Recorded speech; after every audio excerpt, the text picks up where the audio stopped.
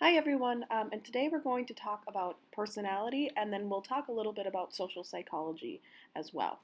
So, as defined, personality is an individual's characteristic patterns of thoughts, feelings, and behaviors. So, we ask ourselves exactly where does personality come from? Is it something that we're born with, or is it something that can change as we make our way through life? Freud believed that personality came mostly from our unconscious. And he sort of split up the mind in three different ways. The first way is the ego, and this is the area of the mind that's aware of what's going on. It's mostly conscious, aware of what's happening in the world around it. But the major parts of our minds are actually hidden from us. The first part here is the superego. And what the superego does is it makes us very conscious of what we're supposed to do in our society. It's kind of like our moral compass. And if we do something that we know is not okay within our society's parameters, we will reprimand ourselves. And a lot of this, again, is this feeling of guilt that can be unconscious at most times. Finally, we have the id. The id is something that we are supposedly born with, and it's based on our biological drives. So, this is the part of the mind that's irrational and emotional, and it's all about what I want.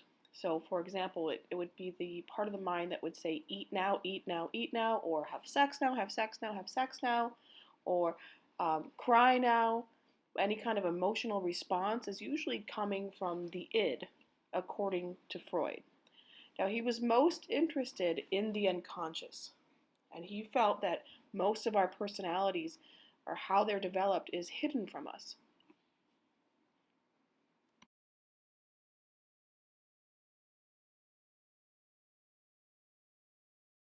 All right, so just to reiterate, again, we start out life with this personality that's supposedly made up of the id.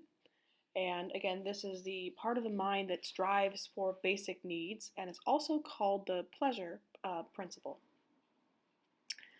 The next part of our mind that develops is the ego. So in the toddler begins to realize that it has thoughts, judgments, memories, and it follows what's called a reality principle. So it's still focused on serving the id's needs, but it also is aware of the outside world. And then finally, we have the superego, and this will develop around ages 4 and 5. So you won't really see a child acting very guilty or worried about moral actions until about the age of 4. And then it seems like they develop a bit of a conscience, like they know that they've done something wrong, essentially. And so we call the superego morality principle. So here's your question, fill in the blank. The ego has three masters. What are they? So the three masters of the ego that the ego has to deal with is the id, the superego, and then also the outside world.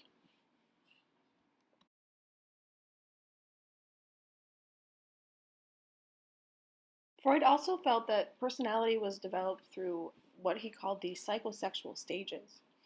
Each stage that we go through in life has a physical and psychological theme, according to Freud. So the first stage is the oral stage. This is occurring between the ages of 0, or birth, and 18 months. The physical theme here is the mouth, and the psychological theme here is dependence. So if somebody, or if a baby gets their needs met quickly enough, in other words, with the mouth, the idea here is that the baby's crying to be fed, then that baby will get the breast or the bottle immediately. You'll also notice that babies around this age, when they get a little bit older, around 6 months, put everything that they find or come into contact with into their mouth. So they literally explore the world with their mouths. If the baby's needs are met, then the baby will develop a healthy sense of dependence upon the caregiver. And that's the goal, that's what you want to achieve if you can successfully make it through the oral stage. For those who don't make it through successfully, so in other words, maybe mom or the caregiver wasn't there, didn't respond to the cries, didn't feed baby when baby was hungry, a child may later grow up to be an avoidant adult in their relationships, especially their romantic relationships. Okay, so the second one is anal, and this is occurring between 18 and 36 months. The physical theme here is bladder and bowels, and the psychological theme is self-control. So around this age, kids begin to want to have a little bit of independence. And they want to assert some kind of control over their environment because up until now, the caregiver has been controlling everything that the child can do for the most part. So one way the child can control something is through their bladder and bowels. And this is where potty training comes in. Now, if mom decides, or if the caregiver decides, that they're going to force the child to potty train very early. So here in the United States, we would say training around a year and a half would be considered very early. This child may develop issues later on in life with control. In fact, the term anal retentive actually comes from this psychosexual stage, from this Freudian theory. If a child is forced to control their bowels and bladder at a very young age, they'll end up being extremely controlling when they get older. And then the flip side is true as well. There are parents out there who just say, potty training is too hard, I'm not going to do it. And they literally leave their kids in diapers until they're in kindergarten. And the parents will say, my child will just train herself or himself whenever he or she is ready. These kids, according to this theory, remember we're talking about theories here, might wind up lacking self-control. So having a harder time focusing on tasks, working hard, holding down jobs, or maybe even relationships. The next stage is the phallic stage. This is probably the most famous or well-known stage to the general public. And the physical theme is genitals, and the psychological theme is gender identity. So during this stage, we'll just talk about boys. We have the Oedipus or the Electra complex that may develop. So what's happening here is that, we'll just go with boys. Boys will fall in love between the ages of 3 and 6 years with their mother, and they will want to kill their father. Now, eventually, if the boy successfully makes it through this stage, you will realize that the father, the fear here is supposed to be that the father might punish him by castration, and that the boy needs to develop a relationship or identify with his father. So by the end of 6 years, the boys will start to move away from mom and begin to develop a relationship and identify more with dad. And that would be the successful completion of this stage. Next is the latent stage. It's kind of strange, and I don't support it fully, but the idea here is that there's no development occurring between the ages of 6 to puberty. I can promise you I teach a lot of developmental courses. That's not true. But again, we're just talking about Freud's theory. And lastly, we have the genital stage. So this is occurring from puberty and beyond. The physical theme here is reproduction, so having a family, having children. And the psychological theme is maturity. So if you can make it through this part of your life successfully, Freud believed that the essence of mental health is to love and to work. So in other words, reproduction, having this family, getting that going in life, and being mature enough to hold down a good job.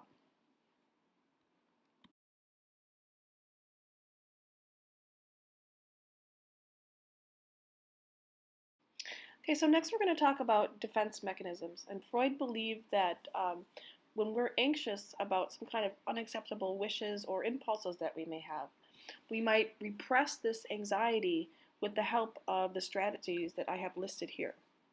Now, I didn't feel that your book had a complete list, so you'll notice that I added a couple more at the bottom.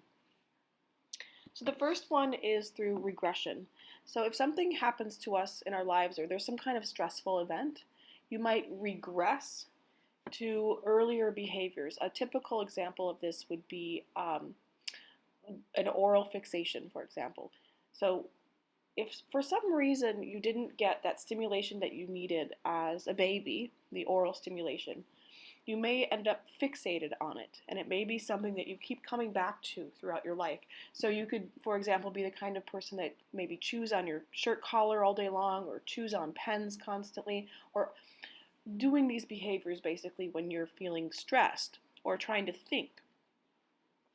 A lot of people that have smoking problems, Freud would say, have a regression issue here and an oral fixation. So when we feel stressed out, when something's happening in our life, then we'll regress back to this earlier stage where we had that desire to have something in our mouths. Next is reaction formation. So this is the idea that we will switch unacceptable impulses into their opposites. There have been a fair amount of studies actually done on this, and probably the most famous one was done with men and their thoughts about homosexuality. So men were brought into the lab, and first they were given a questionnaire about how they felt about homosexuality. So questions like, how do you feel when you see two men kissing? Or how do you feel about two men being together? And then from there, they were able to figure out which men were homophobic and which men had no problem with it at all. After that, they had the men watch gay porn. And they hooked them up to several devices that would measure, let's just go with this, arousal. And they found that the men who were most homophobic tended to get most physically aroused when watching the gay porn. So this would be an example of reaction formation. These men felt extremely uncomfortable by their feelings of being attracted to other men, which made them go in the opposite direction, right? And really dislike it and not want to be around it and not want to see it. Okay, next is projection. So this is disguising one's own threatening impulses by attributing them to others. So let's say this is my favorite one when it comes to cheating. Or if somebody's very suspicious of you for something, or whatever reason it is, or you've got a partner who's extremely controlling of you and always looking at your phone or being overly concerned about your actions and where you are, you might want to look at that person because they're potentially projecting onto you. In other words, they're the ones doing the sneaky behaviors, right? And because they're doing it, they think that everybody else is doing it too. That's projection. So again, if you have maybe a partner in your life who's constantly accusing you of cheating or being very suspicious when you talk to somebody else, it's probably because they're doing it themselves. Next is rationalization.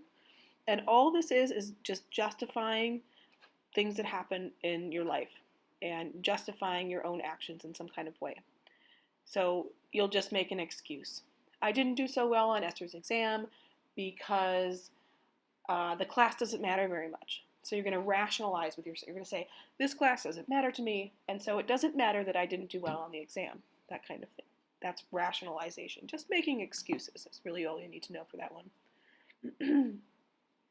Displacement is where we might have some kind of sexual or aggressive impulse that we can't express to the person, and so we push it off to somebody else or a different object. Displacement is kind of an easy one to remember. You can think of it as kicking the dog. So think dog displacement. So let's say you have an argument with your boss one day at work, and you can't yell at your boss, you can't fight that much with your boss because you don't want to lose your job. So instead, you go home and you kick the dog. Next is denial. So this is an important one to understand, that denial is not that you don't know it happened to you. You know it happened, but you just don't want to deal with it. You don't want to focus on it. So, for example, here we have a partner denies evidence of his loved one's affair. He may know that the loved one is having an affair, but they just can't look at the pictures and they just can't focus on it. Next are these two that I added here. Sublimation is probably my favorite one out of all of these, and there's been some pretty good evidence to support it as well. So this is the idea that you have some kind of urge or impulse that's not socially acceptable, but you turn it into something that is. So for example, maybe you have a desire to chop people up or cut them apart. Well, if you wanted to turn that into something socially acceptable, you might become a surgeon. Or maybe you're a very aggressive person and you just feel a lot of hostility all the time and you constantly want to get in fights with people. Well, you can make that socially acceptable by becoming a boxer. And then lastly, we have repression. I'm not sure if I believe in repression. There's not a lot of evidence to support it. In fact, there's been many, many cases where memories have been implanted in children where they thought they had been abused in some kind of way when in fact they hadn't. So repression is not my favorite one, but we're going to just talk about it briefly here. This is the idea that something terrible happened to you, and it's so bad that you've completely blocked out the memory, so you're not aware of it at all. Right? Different from denial. So denial is that you are aware, you just don't want to think about it. Repression is it's completely blocked from your awareness.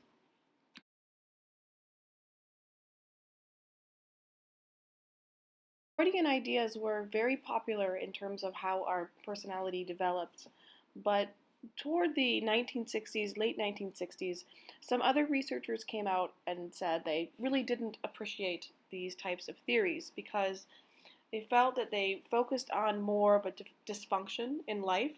So basically, with the Freudian theories, a lot of it has to do with how your mom raised you, and if she didn't do it right, then you would forever have problems. And they also rejected a lot of these dehumanizing ideas of behaviorism. So if you recall, we talked about classical conditioning and operant conditioning and felt that people were a little bit more complex than that. We don't just respond to stimuli in the environment. We also have the ability to think about things. So Maslow came up with this idea of how we develop our personalities. And he did this in a hierarchical structure, which is what you're looking at here. He felt that in the ideal state, a personality includes being very self-aware, self-accepting, open, ethical, spontaneous, loving, caring, and focusing on a greater mission than just simply being accepted by others. So, in order to climb to the top and reach what he called self-actualization, which is fulfilling your complete potential in life, you have to go through each one of these needs first. The first one is your physiological need. So that would mean that you would need to have food and water to survive. Right? So once you're safe with that need, you can move up to safety needs. This means maybe that you're not living in a war zone and you feel safe in your neighborhood or environment or even in your own home. There isn't somebody there that you have to walk around eggshells on or be afraid of. If your safety needs are met, then you'll begin to look for belongingness. And so this means a kind of love. This could be a love of a friend or a parent, but most of the time he's usually referring to a significant other. Once you have all these three now, you can move up to esteem needs. And this is where you start to focus more on how you can contribute to society. In other words, what kind of career that you will have, what kind of job really suits you and makes you feel good about what you do every single day. If you've met all of these needs, then he felt it was just a little bit of a leap up to self-actualization. So if you've managed to get to this point, this means that you are living life exactly the way that you should. I have to be honest with you, a lot of people don't make it this far, but it's still worth trying. So trait theory is currently the most popular theory of personality in psychology at the moment. So let's start with how we assess traits. The first time it was ever done was through the Minnesota Multiphasic Personality Inventory, otherwise known as the MMPI. And it was designed in the early days of its development, around the 1950s, to identify people with personality difficulties. It was given to a lot of people that were going into the military, for example. It was given to people who would be in positions where they would be in charge of a lot of maybe vulnerable adults. It was given to people that wanted to adopt children. So a personality inventory is a questionnaire that assesses many of our personality traits. And by basically asking what kind of behaviors or responses the person would choose to each of the items on the inventory. For the MMPI, what makes this a very interesting test is that all the test items have been selected because they predictably match the qualities being assessed. So in other words, we would call this an empirically derived test. Now you're probably feeling confused. What is Esther talking about? Okay, so I'm from Minnesota. Obviously, I went to the University of Minnesota, and I did a lot of work with the MMPI. And what they did was they would actually go to different types of mental institutions where they knew people had certain diagnoses. For example, schizophrenia or dissociative disorder or bipolar disorder or any other kind of potential psychotic disorder. And they would give these, and they went to at least 10,000 people. So they went outside of Minnesota as well. So lots and lots of different mental institutions. And there were a lot of them during this time in the 1950s. And so they came up with a list of items, somewhere around 5,000 or 6,000 items that they just made up off the top of their head. So it would be items like, I like poetry, or I prefer showers over baths. And they would hand out all of these questionnaires with all of these items on them and ask these people with schizophrenia or other psychotic disorders to fill them out. After they were done, they collected, again, about 10,000 people. They collected all of the responses and looked for patterns. So for example, if somebody's schizophrenic, are they more likely to say that they prefer showers over baths? Now, this is not necessarily true, but we're just going to run with it for the moment. We might say yes.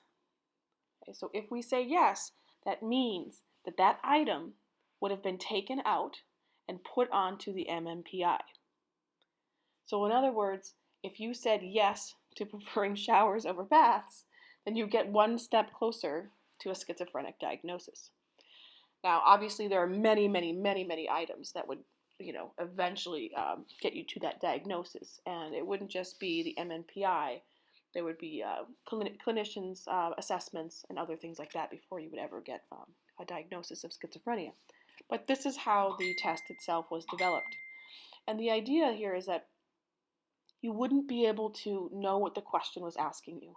There's no, we call it face validity. There's no face validity. You don't know what it's trying to get at when I ask you if you like poetry or not. Because of the way they developed this, they ended up with a lot of different types of scales, one of which was the lie scale.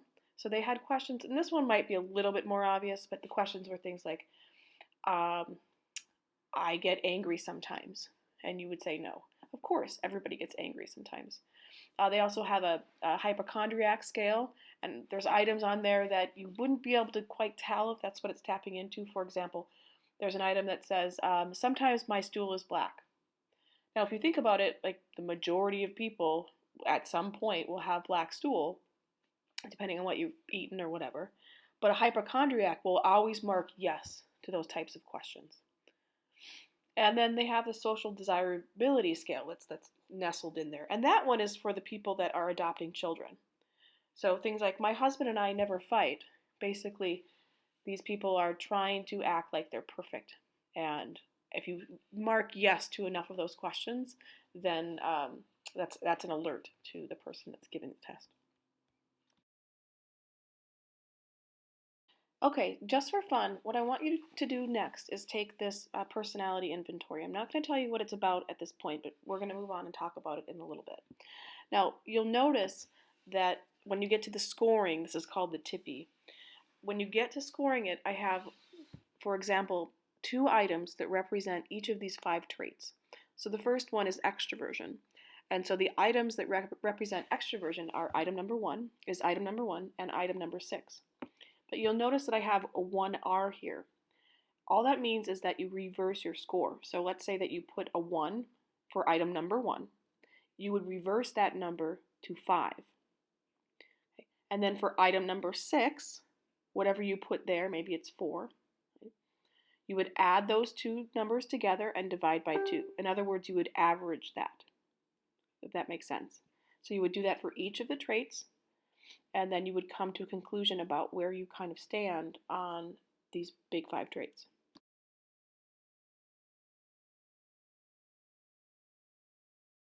Okay, so hopefully you were able to figure out how to calculate your score for each trait. And a 1 would mean that you're low on the trait, a 5 would mean that you're high on the trait, and a 3 would mean that you're somewhere in the middle. And here's a list of what your big five traits mean. I'm not going to go through each of them as I figure that you guys can obviously read and get an idea of where you might land on these big five traits. We usually call them either the canoe or ocean, and they consist of conscientiousness, which has to do with being really routinized and organized and reliable versus not. Agreeableness, somebody that's compassionate, polite, cares about others, wants to get along versus not. Neuroticism, here it's flipped.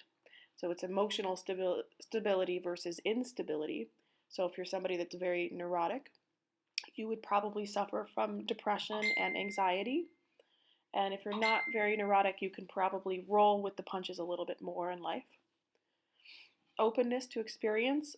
This used to be a trait that referred to intellect. It actually used to be called intellect, but then people felt that that was kind of an unfair way to put it. So, if you're scoring low, that means you're not intelligent. So that's not true. And so we call it openness to experience now. So if you're higher in openness, you're much more likely to be somebody who's interested in lots of different things in life. Students that are high in openness tend to take a lot of different types of classes or switch their majors a lot, tend to be much more interested in traveling, that kind of thing. And then extroversion. So if you're high in extroversion, you're going to be somebody who's very sociable, have probably a lot of friends, probably very popular. You like to spend a lot of time with other people, and people energize you. People that are high in extroversion usually are seeking a lot of stimulation, so they're much more likely to like extreme sports and roller coasters, that kind of thing.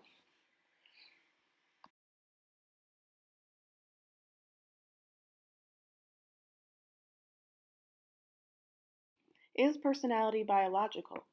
Well, the answer to that actually is yes. The ascending reticular activating system, otherwise known as the ARS, is the system in the brain that opens and closes the channels of stimulation to the brain. And how open and closed the system is will differ by each person. So, as it turns out, introverts tend to have a much more open system, and extroverts have a much more closed system. So, what happens here is that introverts will receive a lot more information or stimulation, and they are chronically aroused. So, your introverts are the exact opposite of your extroverts. Introverts are much more retiring. They pretend to, or they like to be alone a lot more. They like a lot less stimulation. They tend to enjoy reading books as opposed to watching TV. And they're a lot less likely to enjoy extreme sports and roller coasters and that kind of thing. So we think it's because these introverts are receiving much more stimulation and information about the world, and so they're chronically aroused. And there was one test, very famous test done by the husband and wife team here, Eisnick and Eisnick, back in 1967, where they brought people into the lab and they gave them a questionnaire. And then they figured out who the introverts were and who the extroverts were based on that questionnaire. After that, they dropped lemon juice on their tongues and then measured how much they salivated. And as it turns out, introverts salivated much more than the extroverts. So this tells us that the introverts are taking in more. They're getting more stimulation from those drops of lemon. We also find that introverts are much more sensitive to crowds, noise, and any kind of excitement because, again, they're taking much more in than extroverts are. So if you ask the question, who has the most energy at the beginning of a party? The answer to that would be the introvert. Okay, so they've been home maybe all day and then they finally arrive at the party. They're feeling pretty good, but then by 10 o'clock, 11 o'clock, they're overly stimulated, they're done, they have to go home. It's the exact opposite for extroverts. So maybe that extrovert's been home all day as well, finally arrives at the party, but when the extrovert arrives, they're kind of down in the dumps, with no energy. But as they get more stimulation from people around them in the party, they begin to jazz up, and they soon become the life of the party and most likely to stay until 3 o'clock in the morning.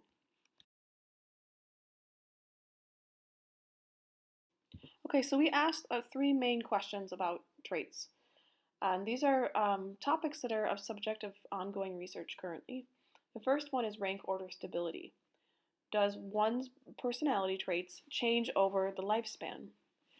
Okay, so let me explain this to you. Let's say that you have a room full of people, and there's one person in the room who's the most extroverted, and one person in the room who's the most agreeable. If you bring all of these people back into this room 20 years later, everybody's score on every trait will have changed. Yet, the person who's most extroverted and most agreeable will still be that same person, even though everybody's changed. So we call that a mean normative change. People do change over the lifespan. We all tend to get a little bit more conscientious, a little less neurotic. We tend to get a little bit more agreeable. And we tend to go a little further down in dominance or maybe even extroversion. But we're all doing it together as a population of people, so we maintain our rank order compared to others. Predictive value. Can we predict that these traits will tell us something about future behaviors? The answer to that very quickly is yes. We know that those who are very high in conscientiousness, hopefully you are, tend to do much better than those who are very intelligent in school. So conscientiousness tends to be a better predictive factor of how well you'll do in school. In other words, your GPA, than IQ will. Finally, heritability.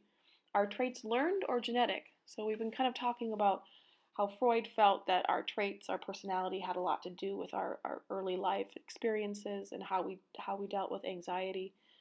But what we think now is that based on twin studies, we do believe that our traits, for the most part, are genetic. However, they can be changed via life experiences. But I'm actually a personality psychologist. That's what I got my PhD in.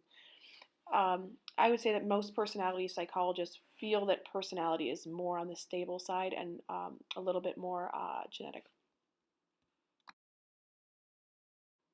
Okay, so now we're going to move on to chapter 14, and we're not going to cover all of it today, but we'll just cover a little bit of it. Okay, so I just got done telling you that I'm a personality psychologist, and that is true. My research has focused on personality, and while you're getting a PhD, you have to have a research kind of focus. However, my training, the classes that I took while in the program, calls me a personality/social psychologist. So I have a lot of training in social psychology as well. Okay, so we have one big question here, and there's been a battle in the past between personality psychologists and social psychologists, because personality psychologists believe that traits, which we think are relatively stable and pretty high in heritability, we think that traits are more likely to predict your behaviors than situations. Social psychologists think the exact opposite. They think that a situation is much more likely to predict behaviors than a trait.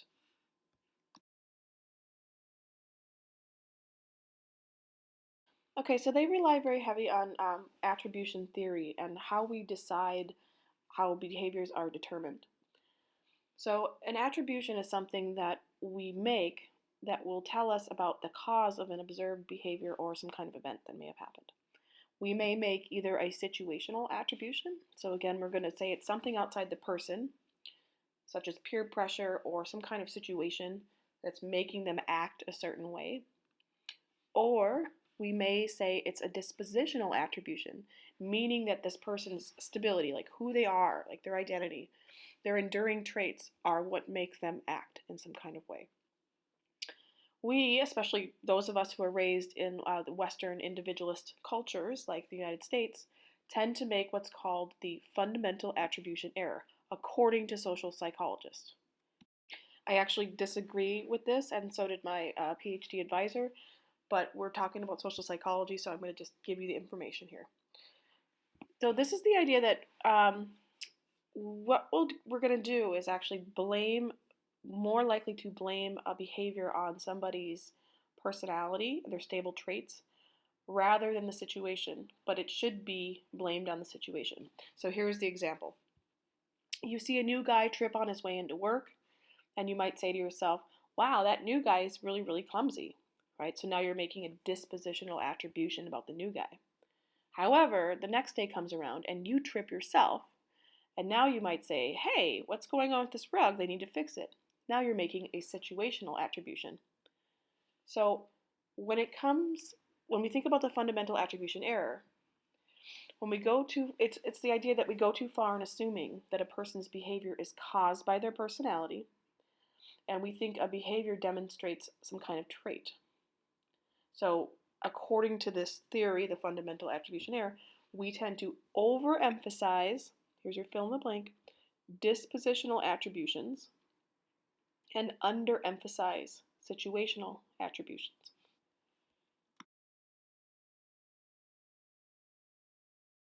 Okay, so here's one example of how making dispositional attributions could be a bad thing. So I like to bring this one up because I'm from Minnesota, and I'm from a place where people drive very much according to the rules. So we always use our blinkers, we get over way ahead of time. We're actually really terrible drivers in the sense that we don't know how to use the zipper because we think we should get over as soon as possible into the lane when we're going to exit like 5 miles down the road. So coming down here and moving to Southern California has been quite the transition for me. So nobody uses their blinkers down here. Everybody does the zipper. And people kind of can be a little bit crazy in their driving. So I commute a lot. I work at Chapman University, which is about an hour from where I live, and then I also work at UC San Diego. I teach there as well, which is another in an opposite direction hour away from where I live. So I deal with a lot of traffic.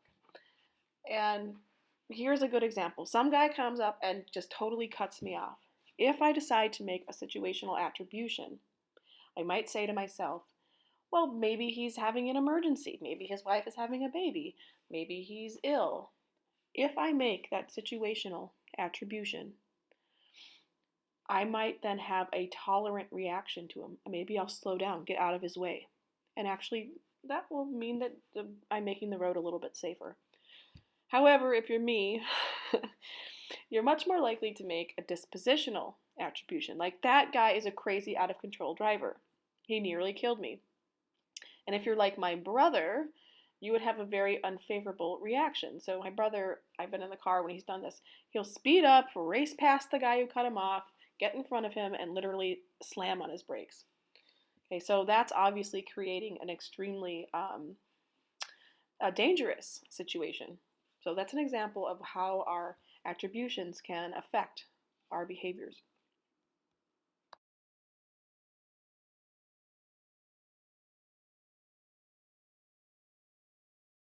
So here in the United States in particular, um, a lot of the times when it comes to understanding other people's behaviors and attributions, when we want to explain our own behaviors, we will partially reverse this fundamental attribution error, as I've already suggested.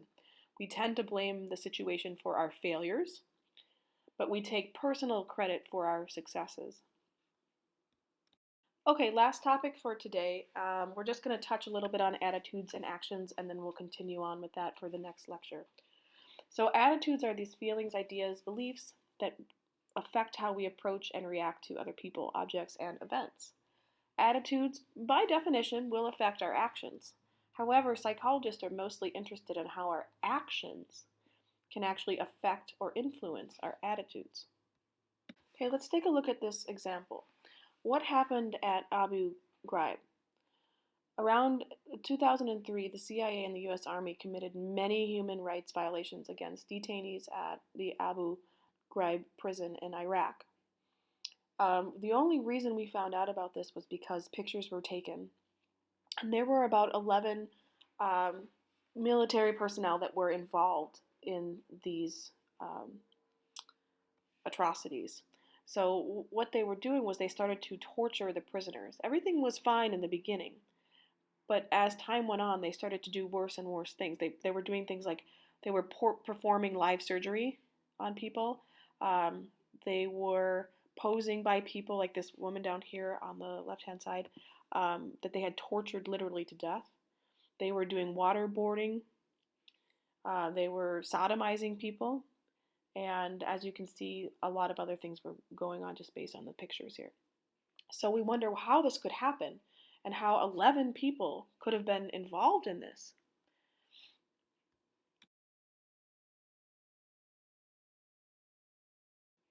Okay, one thing that explains it is the Stanford Prison Study. And this shows us how playing a role in our lives can actually affect our attitudes. So our actions will influence our attitudes. And the Stanford Prison Study is really interesting in that once people were assigned to these different types of roles, so they brought in people into the lab. It was actually in the basement in Stanford, and they had some of them be prisoners and some of them be guards. And it didn't take very long until the prisoners started acting like real prisoners and the guards started acting outrageous. So what I want you to do here is look at this clip. The only reason I'm not embedding it is because last couple times I've been doing that, I can't. Canvas won't let me upload it. I tried everything, but I wasn't able to do so. So I think the better idea is for you to go ahead and copy and paste that link that I have there, and then watch the video. Okay, there will be a question about this on the exam, so you should definitely watch it.